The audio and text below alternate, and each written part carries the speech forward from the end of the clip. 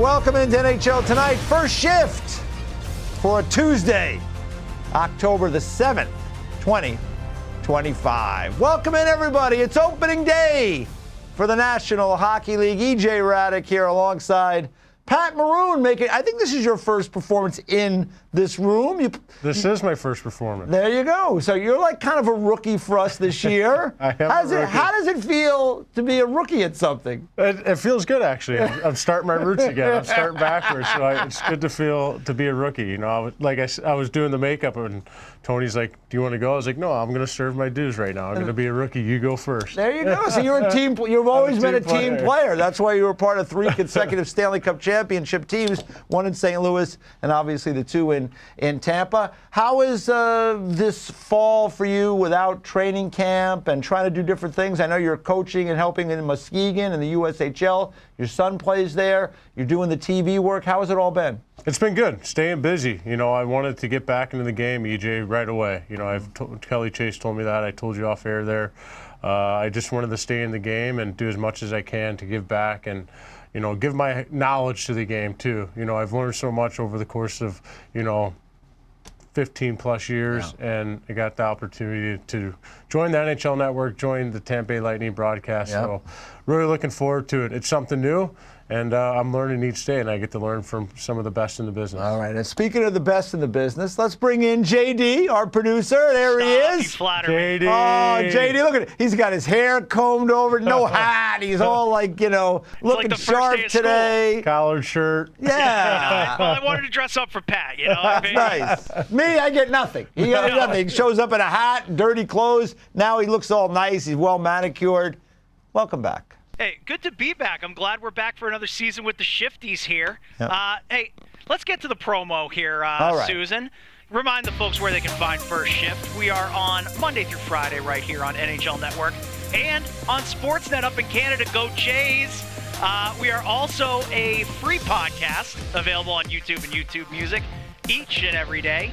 Lead us off first things first. What are we leading the year with? Let's get, by the way, we didn't need that Go Jays, but all right, I'll just move past that. I would love to talk about the Sox, but unfortunately they were eliminated last week by someone. All right, first things first, Connor McDavid yesterday making some news. Signs the 2-year contract extension. We've been waiting all summer on what was going to happen. But I think it was a pretty big surprise to most. Maybe not the term. I thought he might go 3 years, 4 years. He went to only 2, but stayed static with $12.5 million average annual against the cap, which is where he's been at. So you can see here the numbers for cap hits for the Oilers for next season when this deal kicks in. I mean, to me, Pat, this was about flexibility for everybody. Like, Connor McDavid is, like Gretzky and Lemieux and Crosby and Ovechkin. These guys, their careers are judged on can they win the Stanley Cup, right? I mean, you've been around these guys, right? You know what that's what it's about. He's been so close. He needs 1 more win, 2 more wins. He decides I'm going to stay the same to allow for the Oilers to have flexibility to add players that they need to get him over the hump. And on the flip side for him, he gets flexibility. If this doesn't work out over the next year or 2, maybe I'm out of here. So what did you think when you saw that deal yesterday? I wasn't surprised. I think a lot of people, like you said, EJ, maybe they were looking for a 4-year deal, 3-year deal. But this is basically me looking at Connor McDavid. He probably went through a huge process of going through in his head, okay, I'm going to give the Edmonton Oilers 3 years. Okay. If these 3 years don't work out and I don't win, my time's done in Edmonton. Yeah. And I think that's what he's given them. He's given them a 3-year window of this year, and then his 2-year deal kicks in the following year. So this is, to me, a selfless captain. He's saying, hey, I'm all in. I want to win a Stanley Cup. I want to bring one back to Edmonton. How can you help me? How can you guys help me? How can Stan Bowman help me find the pieces and put the right pieces into place so we can go on and win a Stanley Cup and bring it back to Edmonton? Yeah, I mean, at the end of the day, I think he's made that statement. This is really winning is what it's all about. And as I said at the start, those guys are judged at the end of their career. And it's really tough now, I think, for the McDavids and some of these other players coming onto the scene now, because there's 32 teams in this league now. And there's been a salary cap in place for 15 or so years, 20 years. Like, it is not easy to win. Back in the day when Gretzky came in, or you go before that, those great Canadiens teams, like those teams stayed in place for a while, and like the money was different, and the world was different, and there was fewer teams. 32 teams, it's hard to win. It's hard to win in this league. Like you said, there are 32 teams, and only one can win. Unfortunately, that's just the nature of our business. Yeah. So it is hard to win in this league. I think if we look back, like you said, the Crosbys and the Ovechkins and the Gretzkys, the Lemieux, you know, they're pretty on a pedestal of winning. If they don't win, then what are they, right? I think if Connor McDavid gets 1,900 points and doesn't win, what does that tell you? I don't know. You know, so I think McDavid would take a Stanley Cup over 1,900 points in my business, in this world. But again, this is a hard league. It's hard to do what Florida Panthers did. It's hard to do what the Pittsburgh Penguins did. Tampa Bay Lightning. And, you know, it's hard to do, especially in this era right now that we're in, under a cap that's hasn't really moved. There was a dead cap there for a little bit. Now the cap's starting to go up, so now we can start finding pieces, and now we're starting to see all the big deals, which the players are well-deserved. They're the best players in the world for a reason. Let me ask you real quick with the Oilers. What do they need? Like, is it a goaltender? Because those are, again, hard to come by, to find somebody's willing to trade you that's going to be the guy. I mean, what is the one thing you think they need? Well, they need goaltending. Yeah. They just got Connor Ingram, so hopefully he can come in and push Stuart Skinner to get to that level that they all need Stuart Skinner to get to. I think they need a right-hand D-man. In my opinion, a big, heavy D-man, especially when they played it. More of a stay-at-home guy. Stay-at-home. Than Bouchard, who's an offensive guy. First pass, stay-at-home, kind of guy that can take all the licks and break out the pucks. What Edmonton needs, they don't want to play defense. The faster they can break out, the faster they can play on offense, right? And I think they need that, a little more depth up front. You know, they're adding Trent Frederick is a huge step, bigger guy. Maybe they can play with Connor and Leon. Maybe he can get back to that 17-goal, 18-goal mark that he did in Boston. So I think that's a huge add for them. But I think just that third, fourth line, they're just missing something. They need more depth because those guys can't play 26 minutes a night because it's going to hurt them in the long run. Yeah, no question about it. And they did add Frederick in the offseason. They just signed Jake Wallman to a big contract extension. So we'll see. I mean, the clock is ticking.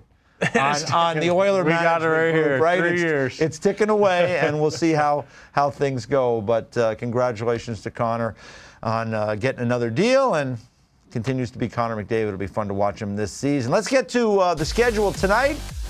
Opening night schedule coming up at 5 p.m. Eastern Time. All the games on ESPN, by the way, triple header on ESPN. We have the Florida Panthers hosting the Chicago Blackhawks. They will raise the banner. Their second straight year they're raising the banner. I believe they gave out the rings last night, so really important time for that organization. You can see some additions and subtractions and the re-signed. I mean, I think that re-signed column was the biggest thing for the Florida Panthers. Kept so many of those guys. And then at 8 o'clock, the Penguins and Rangers. I think I'm bullish on the Rangers this year. I think they'll bounce back under the former Penguins coach, Mike Sullivan. JT Miller, first night wearing the C for the Rangers, and the late game. Two really good teams in the West that are both probably irritated by the way their seasons ended last year, right? The Avalanche and the Kings, that one 10-30. But let's start with the Panthers. And, you know, winning back-to-back, it's so great to have you here today because you're one of the guys who would understand this. Like, it is hard to do. You did it. You won 3 consecutive cups with 2 teams, St. Louis in 19 and then with Tampa.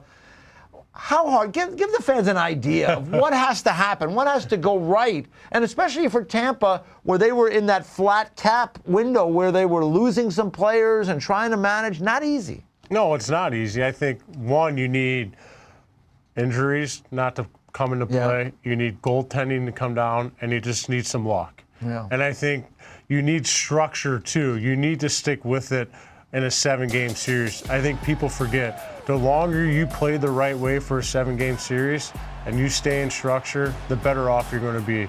You know, it's the little things. You go in, you hit someone, you don't let the D get up the ice. You wear them down constantly, and that's what the Florida Panthers are. They rim it, they get it in, they're on the forecheck, they reload, they, you know, recover back, and then it's just like constant all day long.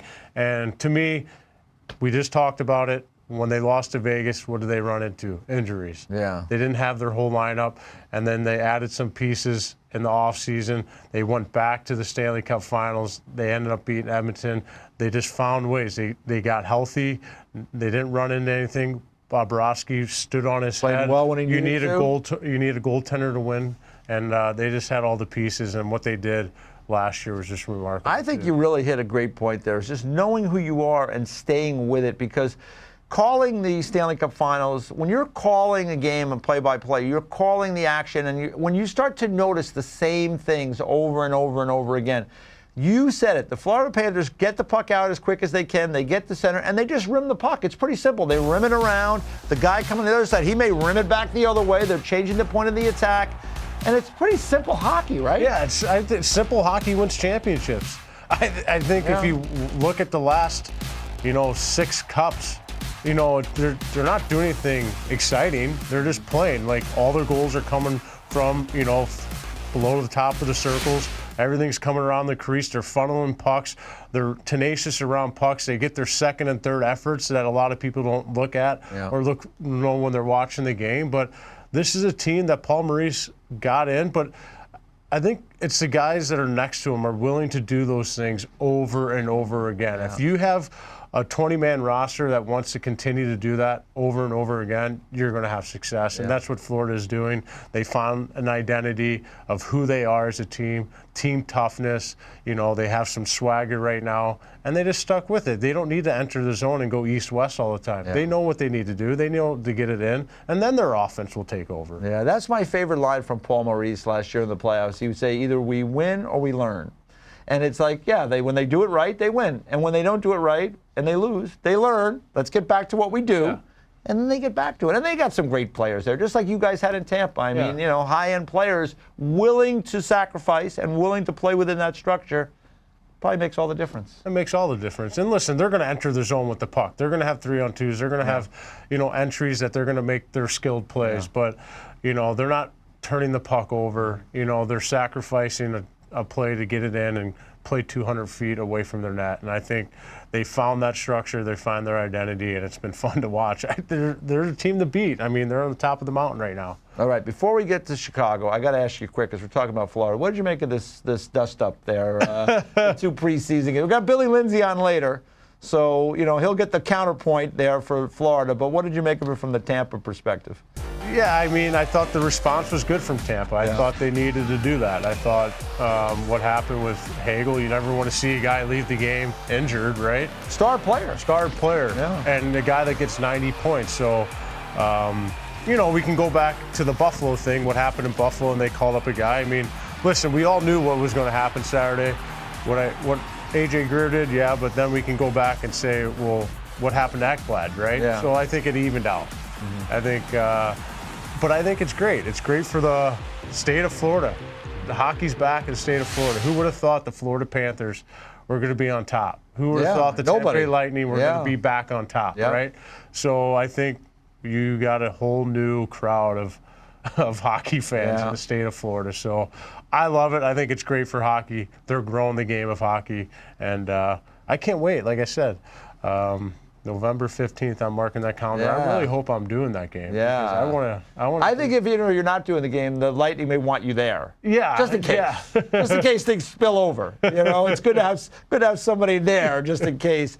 But give credit to Jeff Vinik in Tampa, certainly, and to the Viola family in Florida, because they have really created something special for those 2 franchises. Let me ask you about the Blackhawks, right? Because the Hawks now, you played with Chicago last year. Here's a look at what they've done in the offseason. They did sign Matt Grieslick, who had a good year last year with Pittsburgh. Sam Lafferty is a good bottom end forward. Burakovsky comes in there. He's had some success in his career. You can see, Pat, you're on the subtraction board, but you subtracted yourself. You retired. Some really high-end, when you think about you and Alec Martinez, that's a lot of Stanley Cups right there. I think that's 6 Stanley Cups between the 2 of you. So they're going to be missing some veteran players there. But what do you think? They bring in Jeff Blashill. It's a young team still. They've had some veterans. But let's start with the coach. Can Blashill make a difference? I think he will make a difference. I think when he was in Detroit, he had that one good year and he made the playoffs. And then it was kind of, they were kind of rebuilding again. But I think when Jeff came in to Tampa, he learned so much from Coop. And I think that he's going to take that advice and bring it over. He's so well-spoken. He's very intense. He's a great coach, great communicator. I think he's going to build the Chicago Blackhawks structure. They need structure. And right now, I think he's going to teach that. And I think he's going to help Connor Bedard play a 200-foot game. And I think that's key for him. You know, playing the defensive side of the game. How can you go from the defensive side to offense right away? Yeah. And I think he's going to help it. I think Connor Bedard's going to blossom this year. I think we're going to see the Connor Bedard that we all expected to see, the 90, 85-point range guy. I think they're going to get 85 points this year. I think I think they're a team that we're all going to be shocked from because I think they're going to be well coached this year. Okay. I think Blasso's going to come in and help out. You know, Donato, can he keep up the pace of what he did last year with 31 goals? I think so with playing Bedard. Burakovsky, he's going to come in. That's a huge veteran that's won before, can teach a little bit. So I think this is a team that they're going to shock a lot of guys, and they get some young talent back there on D. Renzel's a huge player for them. Yep.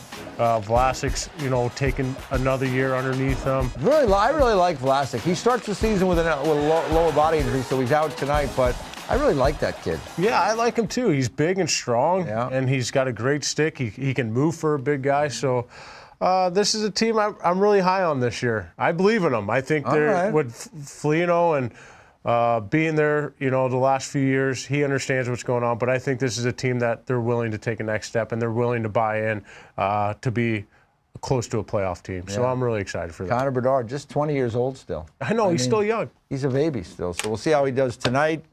Quick shout out to my buddies Ted and Robbie out at Bailey. I'm repping those guys today. Played a lot of golf out there, so I got to rep my guys at Tom's River. And with that, we will step away for a second. Coming up, Mike Sullivan. He's coming back to face his former team. He's facing them twice this week. Tonight at home at MSG for the Rangers, and he'll be in Pittsburgh later in the week. Can Mike Sullivan turn it around in New York? That's next on First Shift.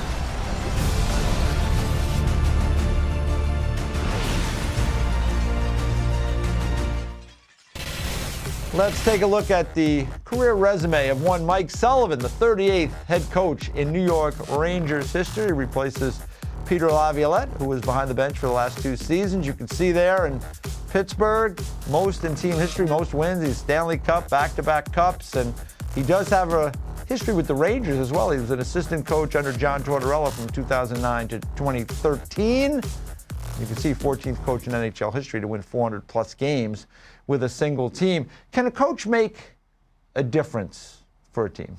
Yeah, I think so, because I think, especially with Mike Sullivan, the history and, you know, winning cups and, you know, he coached really good players. And I think he can that can translate. But I think with Mike Sullivan, it just seems like he's a really good coach, in my opinion. And he's a guy that can communicate really well. I never had him as a coach with the way he talks in the media and the way he talks about his players. I think this is a guy that can get the Rangers back on their feet. Let me ask you this. As a player, you're in that room and they make a coaching change and they bring in somebody significant who has a history, like we just showed his resume, that's getting paid a lot of money to come in and coach. How are you impacted as a player? Do you realize, okay, better get on the right side with this guy? Is that the feeling, or how do you approach it? Well, yeah, I mean, it's kind of a wake-up call and excitement, too, for the players. It's a wake-up call, okay, well, they're bringing in the coach that, you know, we need for this team to get going and get back on their feet. And it's also a kick in the butt for the players, like, okay, we got this guy in to come help us get over the hump, so you guys got to do something for me now, right? And I think with Mike Sullivan coming into this New York Rangers team, it should be a lot of excitement for these guys. And he's going to teach them a lot. You know, he's got really good experience, and there's some good experience in that locker room. But sometimes a new voice, a guy that's won before, really helps out. How about Gavrikov on defense? Because he's a big, strong left-shot defenseman. They need to be a little bit better in their own end, a little more structured. You probably exchanged a few elbows with him in the corner over the years. What do you think about his addition there with the Rangers? Well, I think it's huge for them. I think for the Rangers, they're looking for that, someone to kind of play with Adam Fox and kind of protect him a little bit, a guy that can kind of go back in the D zone, kind of take some licks for Adam Fox, break out pucks. He's a bigger body, boxing out, so he's a guy that's going to complement him really well. He can let Foxy do his thing. He can sit back But that's a huge addition on the back end for the New York Rangers. I like that add a lot. Yeah, no question. I mean, that's where they need some help. And you take a look at what the Rangers D pairs look like. A lot different than they started last season. You can see Fox and Gavrikov, Soucy and Borgen, and then Vakanainen and Schneider. And we'll see where Schneider goes this year. He's a young player that they have, I think, some high hopes for. JT Miller is going to be the captain. How do you think that works? JT Miller is one of those guys who runs a little hot. I love watching him. Is that what they need? Do they need a guy in there that's going to, kind of get those guys moving a little bit when maybe they're dragging? Well, there's one thing we do know. JT Miller's all honesty. Yeah, He doesn't hide anything. No. So this is a guy that's very vocal in the room, very vocal on the bench. So I love this idea. I love giving him the captain because he's going to speak how he feels. He's going to give his honest opinion. He's going to hold everyone accountable. And I think with JT Miller, he holds himself accountable too. And he will tell you if he's playing bad. He'll also tell you if he's playing, the other guys are playing bad. So I think this is a great captain. I think he's going to lead the Rangers the right way, and I think he's going to hold everyone at a high standard in that locker room. So, I mean, this is a great for the Rangers, and I think it's going to help them out a lot. Yeah, so the home opener for the Rangers tonight, the Rangers and Penguins will play 2 games in the first several days of the season. So some old friends will reacquaint themselves. And congratulations to Sidney Crosby starting yet another. I think it's his 21st season in the NHL and just continues to be a force. Hopefully things go well for Sid and the Pens. Let's talk a little bit about the Kings and the Avalanche tonight. And Andrei Kopitar in his final season. And again, there's another big, strong centerman that you've kind of, I'm sure, had a few moments with along your career. You were in Anaheim when he was in LA. Give me your thoughts on Kopitar and what he has meant to the Kings and to the game. Well, I think the way he plays the game and the way he handles himself on and off the ring, I think he's just pure class. And he's representing the LA Kings. You couldn't ask for a better captain to represent the LA Kings. The way he not only leads the team on the ice, but how he leads the team away from the rink and how he, his leadership and what he's meant to the city of LA, bringing 2 Stanley Cups back to LA. And I think the game's going to miss him. I'm really excited. Obviously he's retiring this year, but I'm really excited to watch him.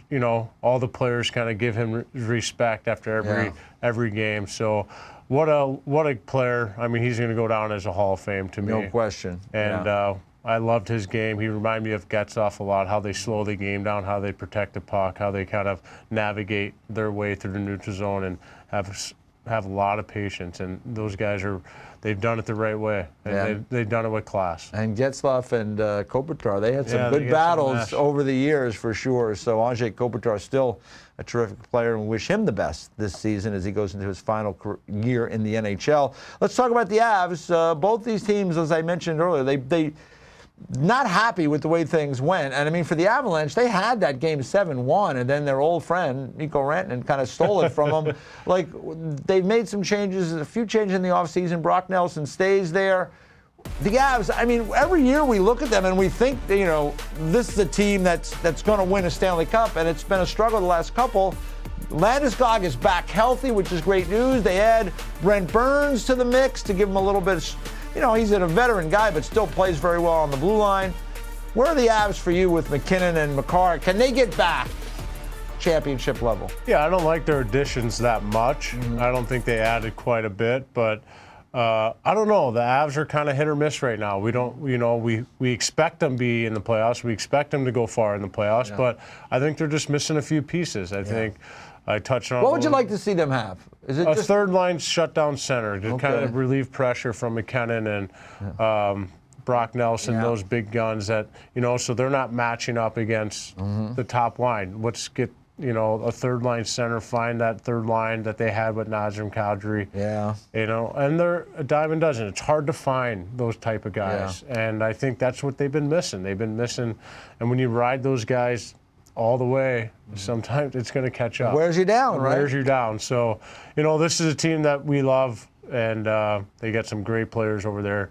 Even though I'd love to see them get back to where they need to be, but it just seems like they haven't got back. Yeah, and Gabe Landeskog back healthy. That's an awesome news, too. I just love to see that. So good to see. Great, came back last year, played in the playoffs. Looks terrific, so hopefully things go well for Gabe. When we come back, the Panthers are raising that banner. 5 p.m. Eastern. Billy Lindsay He is Mr. Panther. He'll join us next to talk about his team. That's next on First Shift.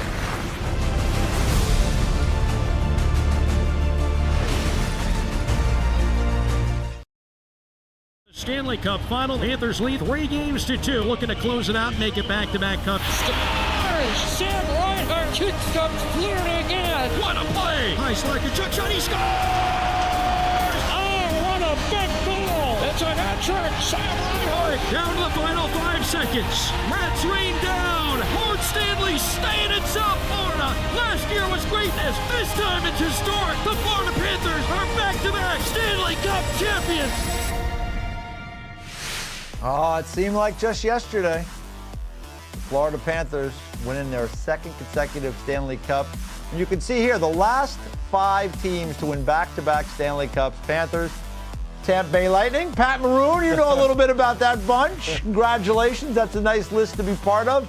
The Penguins 16 and 17. Then you go back to the Red Wings 97-98, Penguins 91-92. Last team to win 3 in a row, the New York Islanders, who won 4 in a row and won 19 consecutive playoff series. So Florida Panthers got a ways to go to get to there. But with that, I bring in my friend, Billy Lindsay.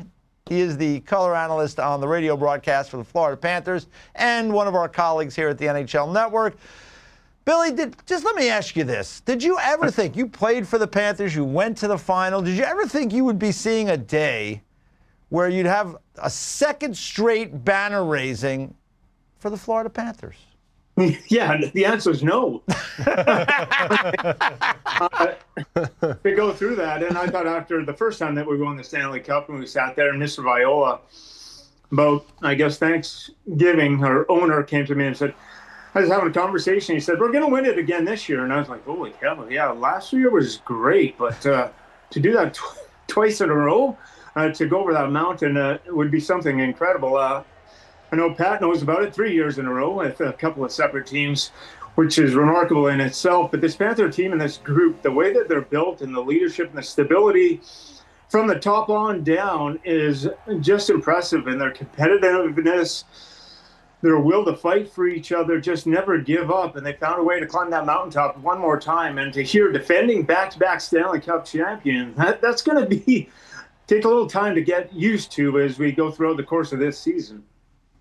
Yeah, Billy, I think it's just remarkable that what they kind of accomplished the last, 3 years going to the finals, losing itself and running into injuries against Vegas, with Matthew Tkachuk, their big hitter, going down. But to me, it's just remarkable the team they built and what Paul Maurice has done to this locker room and what kind of the guys in that locker room bringing a group together and building a great culture.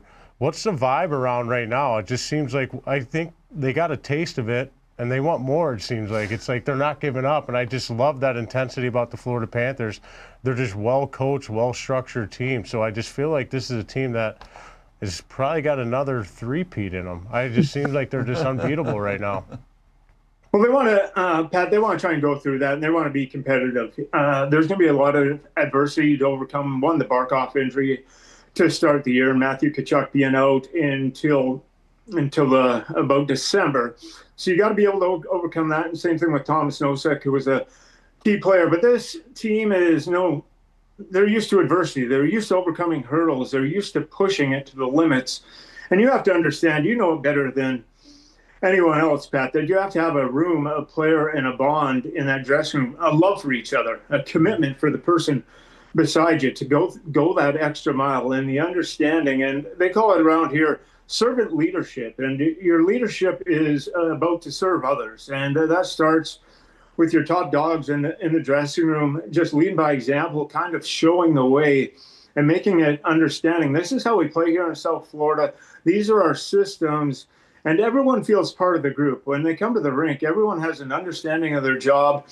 They're included, and that just goes a long way with what's evolved at top with the GM, Bill Zito, with Paul Maurice and the systems. I don't believe there's a greater team in the NHL with an understanding and a DNA of believing of what they are, who they are, how they have to play to win games. And that understanding and that belief should carry them, even with these injuries, to some success throughout the regular season. And then once we get closer to the playoffs, Bill Zito is not afraid to pull some triggers and make some adjustments to see if they can do it one more time if they're in that position. I'm sure they're going to be full throttle, aggressive, going for it and to try to get that three-peat.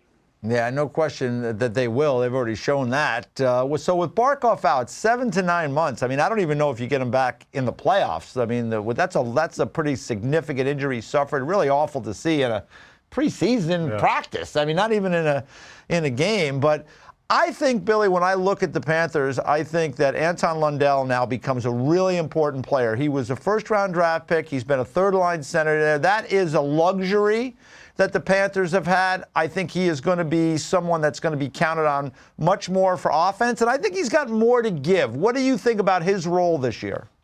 Yeah, I would agree with that. And we've seen in the playoffs with Marchand and Luostarinen last year that Lundell, they're able to take it to another level, and maybe the confidence. He's played a ton of playoff games. I had it here in front of me when I was doing my homework here. So he's played a wealth of playoff games for a young kid. He's entering his 5th year, and that's about the time, 24 years old, to take a step. He's really into that position to get up, get power play time, get into a 25-goal mark, try and push that 60-point barrier. If Lundell is able to kind of take that load, as he's going to see a lot more time when they're on the power play, that's going to be an important part for him. Well-rounded, he's going to be the face-off guy. Without Barkov, he's going to be the guy dependent to take those big draws. He's already an excellent penalty killer. Those Finns, for some reason, play 200-foot games just automatically. so they call him the baby Barkov around here. But the key part for it is, for Pat and E.J, you got to look at it. If he can push that 20-25 goal mark and get up to that 60-point range, if he does that, that's going to alleviate some of this Barkov injury. To kind of just square off. If he's able to take that step, then all of a sudden you've got a person that can play in that top line, play against the other team's top lines, and try and shut them down. But that is going to be his role and the expectation for him to take that next step this year. Yeah, touching on that a little bit, I think what Marchand has brought to the Florida Panthers is just a different animal. You know, he's at a high level. He's playing at a high level again. It just seemed like when he was a captain in Boston, there was a lot of pressure on him. It's like we see the Brad Marchand again, being the guy in the media, being the fun guy, getting in guys' faces again, having fun playing hockey again. And what he did, I mean, without Brad Marchand in that Stanley Cup Finals, do the Florida Panthers win? I mean, what he can do, are we going to give Brad Marchand the 80-point guy again? So, Billy, tell me a little bit what he's brought to the Florida Panthers. But yeah, well, the run, we don't win the Stanley Cup without Brad Marchand. To answer that question, and Brad Marchand, what he brought to the table, 37 years old, he just brought excitement and joy. You talk about that joy to the rink. He was just bouncing off walls, coming around, talks a lot. And then when he got on the ice, if you're Brad Marchand and you're coming over to the Florida Panthers and you played with Bergeron your whole career, you're thinking, well, I'll probably go next to the other Selke Trophy winner the last couple of years, Alexander Barkov. I'm going to be playing with him. I'll be on the first power play, the first penalty kill. Well, it comes over. He's not only not playing with Barkov, he's not playing with Tkachuk or Bennett, who you thought would maybe be a fit. He's got a couple of young kids, Luostarinen and Lundell, takes him under his wing, does not complain, doesn't do anything. And he come out, and it was one of the most extraordinary playoffs that I've seen from a player ever. And to get to know him off the ice, the quality individual that he is, his skill set and his legs are still all world. And he's going to be 20 more points. He gets to 1,000 points. And he's going to eclipse that mark this year. He's a borderline Hall of Famer. Probably will get into the Hall of Fame. When you watch him move, his feet never stop moving. And that big moment, that spotlight, I've never seen a guy crave to be on the ice more when it matters the most. And I think that was a huge part of it. He wanted to be the first man over the board. You could see it in the overtimes when the games were close. He wanted to be that difference maker. And we've got a lot of players here with that kind of mindset. But he drove it to another intensity level that I just have not seen from an older player. With all the players that I have, that drive was something that we needed in that push. And to be able to play with that spunk and that energy at 37 was off the ball is amazing. Yeah, probably be even more important with Matthew Tkachuk out of the mix for a couple of months at the start of the season.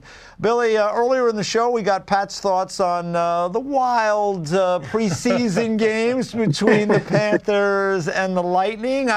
For me, that would have just been another night in 1981. I mean, that was not a big deal. But these days, that was completely unexpected, I guess. Let me get the other side of it from you, the Florida Panthers, as we watch A.J. Greer pounding Brandon Hagel into submission there for no real reason in an exhibition game. But give me your thoughts.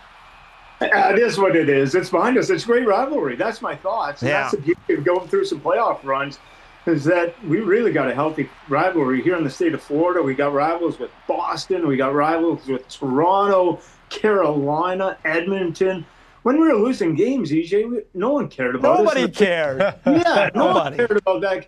No one cared about that. They didn't want to beat you up. They were, leave them alone. They've got enough problems. So whatever happens preseason, if that stuff breaks out, we're more than capable to handle it. The question that they have to answer is with Tampa Bay, they're trying to get that throne back. And when Pat Maroon was there, and they could do it when Pat was there, is can you lay down the law in April?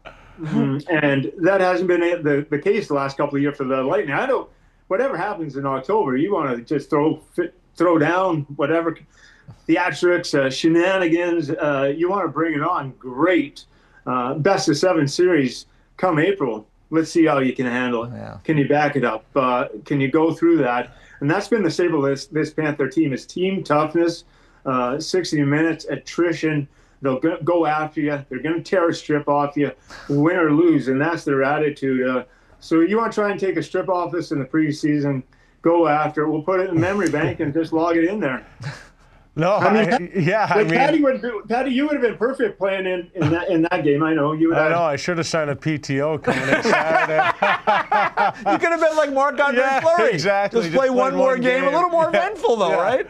I mean, it's playoff. I mean, it was a playoff atmosphere for a preseason game.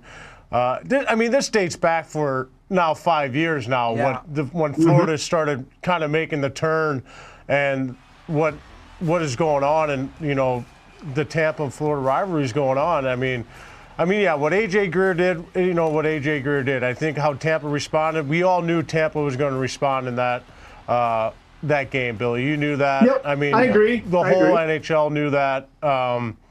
Listen, at the end of the day, like you said, can they respond in April? Yeah. You guys have team toughness. Tampa's trying to get back to that team toughness. They had it for the 4 years I was there. I don't think they're missing it, maybe just adding in maybe a couple more pieces, but I think they have the group, and the group toughness. Their team's coming together. Their forward group's great. So they're a good team, and this is going to be fun all year. I mean, I can't wait for November 15th is marked on my calendar. There you go. Here we go, and I'm going to be sitting right by you and be like, here we go. We don't know what's going to happen, which is great. I think this is a great rivalry, and I think it's great for the state of Florida. Those teams going at it, because now we're getting hockey from everywhere. Absolutely. So I love this. And Pat, go back to your teams there that went to the Stanley Cups when you came over from St. Louis. Those were incredible teams. They were tough. And you got to look down here in South Florida and over on the other side on the west coast of Florida. We've been to 6 straight Stanley Cups. We've won 4. That's right. Yeah. Imagine if this happened in Calgary and Edmonton or Toronto and Ottawa. Yep. What the buzz would be like. I agree. What's happened here between these two teams is something you don't see a lot. And if this was Calgary and Edmonton or Toronto and Ottawa, it would be blown through the roof. It would be like, this is the biggest, meanest rivalry that we have in this. And at this moment, it is one of the greatest rivalries that we have in the National Hockey League. And to South Florida, to Tampa Bay's organization, to our organization, we've been up there, and Tampa Bay's ability to keep their window open this long is stunning. Yeah. And we're trying to replicate it and do that same sort of thing. Our window should, with what we've been able to do with the signings, conveniently stay open. And this battle for the Atlantic with Toronto in the mix is It's all out warfare, and it's fun and it's good for the game. Yeah, I can't agree more. It'll be fun to watch throughout the season. We got all those games circled on the calendar this year between those two, and who knows, maybe they'll meet in the postseason again. There's a good chance that could happen. Billy, thanks so much for the time today. Enjoy your second consecutive banner raising. Enjoy. Have some fun today. Thanks so much. It's great to be on the show. And Pat, never met you, but I loved your game. And Thank you. The old school throwback guys. So good to finally get to talk to you in person, and welcome to the network. Take care of EJ, my guy. EJ, you got a true guy there. That's right. That's hey, right. Listen, I'm in good hands here with you too. So. I needed some more room in here, so I brought in a little toughness this year. We're not fooling around this year. And Billy, I can't wait to go back and forth this year with my Tampa team and your Florida Panthers. So it's going to be a fun battle, epic battle all year. Yeah, the NHL's in a great place. We rock and roll tonight. Get us started. All right, Congrats again. Billy, enjoy the game tonight. Florida Panthers and the Chicago Blackhawks. We come back. We're in midseason form here. We got the parlay from JD coming up. Has he got a winner for you? That's coming up next on First Shift.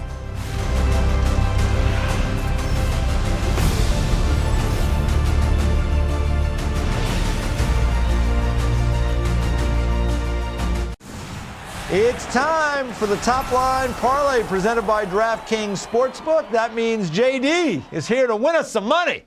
Got to start the year off right. Let's get right to business. Sue Fatu, please. We're starting with the defending champs hosting the Blackhawks. We like over half a goal in the first 10 minutes. Here's a look at the guys who scored a lot of goals for these two teams last year. No surprise on the Panthers side. Sam Reinhart, Sam Bennett, Matthew Tkachuk, he ain't going to be there. Neither's Alexander Barkov. Ryan Donato, Connor Bedard. Pat, you got me high on the Blackhawks, or higher than I thought I was going to be. Okay. So we like a goal first 10 minutes. We like action out of the gate tonight. All right, back to the big board here. JT Miller, it's his first game as Rangers captain. He's going to score at MSG. And another thing that I came across today, doing a little research into these. I don't just like to shoot from the hip, Beach. I do a little research. Yeah, it's something new. Check out JT Miller's last 3 season opening games. Ah. Notice that left column, Beach. What's he doing all these season openers, Scoring baby? Goals. Hey, you're exactly right. He gets on the board. So we like JT Miller. Anytime goal tonight. One more wager for the shifties out there. Staying up late to pay off this parlay. Avalanche and Kings over 5.5 goals. Pat, this is your first year in media. I'm sure that gambling and all that stuff was completely unfamiliar territory in your playing days. But how about this? You ever notice that there are a lot more goals in October? Bet the overs in October, folks. Scoring by month last season. Shout out to Christian and Lawrence Goldstein for going through and doing this math by like pen, pad, abacus. Nice. 6.4 goals per game in October. It's the highest month in the season. I'm no math whiz, but most of these games are 5.5. If you get 6, that's an over each. What do you think of the parlay? Well, I'll tell you what. I like it when you call for a goal, because that's how you're going to make the shifty some money there when you get a goal. So that's, JT Miller scoring. You did your research. That was good to see. I just don't know about that over on that game, because the Kings were really good defensively last year, right? Yeah, I just don't see them scoring over 6 goals. Yeah. Over 5.5 goals. Yeah. It's just a hard number to get to. Yeah, 2-1, 3-2. I think it's like a 2-1, 3-2 kind of game. Yeah, that's what it seems. Well, listen, they're going to drop the puck. They're going to play. We've seen stranger things happen. I know JD was hot last year. I hope you got to come out of the gate with a win, right, on opening night. We trust JD. All right. Well, we do for now. We do for now. We'll see how it goes. All right. There's the Top Line parlay. We come back. We got some over-unders for you. We'll look at some numbers next on First Shift.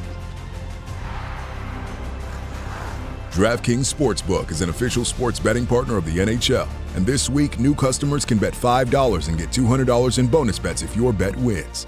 Download the app and use promo code FLY when you sign up. DraftKings Sportsbook, the crown is yours. All right, we got some over-unders for you. A little homage to the great Mike and the Mad Dog in years gone by on the radio. You get who gets, we give you a number, you want over, you want under, that number for the year. So let's get right to it with some teams. Let's start with the Florida Panthers. What do we got? The over-under for the Panthers, 99.5 points. Tricky with the injuries. I'm going to go under, Pat Maroon. You? Ooh, I'm going to go over. All right. See, the reason I went under is I don't think they care about where they fit. Exactly. Yeah. I don't think that matters to them. I think they just want to make the playoffs, and I think they will, even with the injuries. So at the end of the year, they might rest a guy or two. And so they get 98. Last year, they only had 98 points. Oh, man, so this is a long shot. Yeah. So you want to change? You're allowed. Listen, you're allowed to change. No, I'll go over. Okay, you stay over. If I'm a betting man, I would say go to E.J. All right, let's go to Tampa Bay Lightning, your former team. How about this one? Now, 102.5 points, right? They had it right around the same number last year. I'm gonna go under again. I think maybe it's be more competitive. I'm gonna go like 100 points, so I'll say under. I'll go under. All right, yeah, because it's a lot of points, right? Yeah. All right, so let's go to another one of your many Stanley Cup championship teams you were on, the St. Louis Blues. I think this, like last year, I thought it was low. They got over. This year, I was surprised, 92.5. I think they'll be over. They're over for sure. This is a team that a lot of people are going to be shocked for. All right, so do we get time for goals? Let's go to it. Let's go. Austin Matthews, over 45.5. That's a high number, but I'm going to still say over. Over. All right, I like it. We got to go. Yeah. Got the star players. Yeah, he's a star player. Connor McDavid, 38.5 goals. I'm over on McDavid. I think he's getting 50. I'm over. There you go. All right, let's get the points. Nikita Kucherov, 110.5 points. It's a lot of points, but why would we bet against him? I say over. If he stays healthy, it's over. All right, last one. Jack Eichel, 91.5 points. I've always been a big Jack Eichel fan. Over. It's just his first year that he's going to get 100 points playing with Mitch Marner. Mitch Marner, right? Over. He's got a little help. I like it. Pat Maroon, you're the best. Thanks so much for being here. Have a great season. Good luck and everything. We'll see you back here. NHL Now is next. See you tomorrow, everybody.